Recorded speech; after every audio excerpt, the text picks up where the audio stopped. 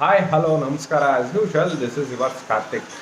So ನಾನು ಬಂದಿದ್ದೀನಿ ಅಂದರೆ ಏನಾದರೂ ವಿಷಯಗಳಿರುತ್ತೆ ಸ್ನೇಹಿತರೆ, ಆದರೆ ಇದೆಲ್ಲ ಅಂದರೆ 3 ನಿಮಿಷದ ಒಳಗೇನೆ, ಬಿಕಾಸ್ ಚುಟುಕಾಗಿ ಹೇಳಬೇಕು. ಸೊ ನಾಳೆ ಏನಪ್ಪ ವಿಶೇಷ ಅಂದರೆ ಒಂದು ರೀತಿ ಬೇಜಾರು. ಏನಪ್ಪ ಅಂತ ಅಂದರೆ ನನ್ನ ಹೆಮ್ಮೆಯ ಪೂರ್ಣಚಂದ್ರ ತೇಜಸ್ವಿ ಅವರು ತೀರಿ ಹೋದಂಥ ದಿನ. ಏಪ್ರಿಲ್ 5ನೇ ತಾರೀಕು ಅವರು ಕಾಲವಾದಂಥ ದಿನ. ಸೊ ನಿಜವಾಗ್ಲೂ ಬದುಕಿದ್ರೆ ಆ ರೀತಿ ಬದುಕಬೇಕು ಸ್ನೇಹಿತರೆ.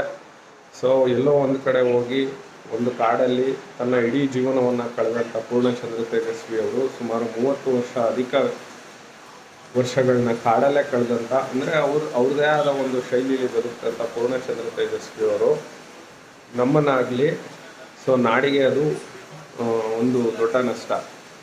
ಆದರೆ ಪೂರ್ಣಚಂದ್ರ ತೇಜಸ್ವಿ ಅವ್ರ ಥರನೇ ಎಲ್ಲರೂ ಬದುಕಬೇಕು ಅಂತ ನನ್ನ ಆಶಯ. ಆಶಯ ಅಂತ ಅಂದರೆ ಅವರು ಆ ಪ್ರಕೃತಿನ ಪ್ರೀತಿಸ್ತಾ ಇದ್ದಂಥ ರೀತಿ, ಆ್ಯಂಡ್ ದೆನ್ ಅವ್ರದ್ದೇ ಆದ ಒಂದು ಧಾರೆಗಳು.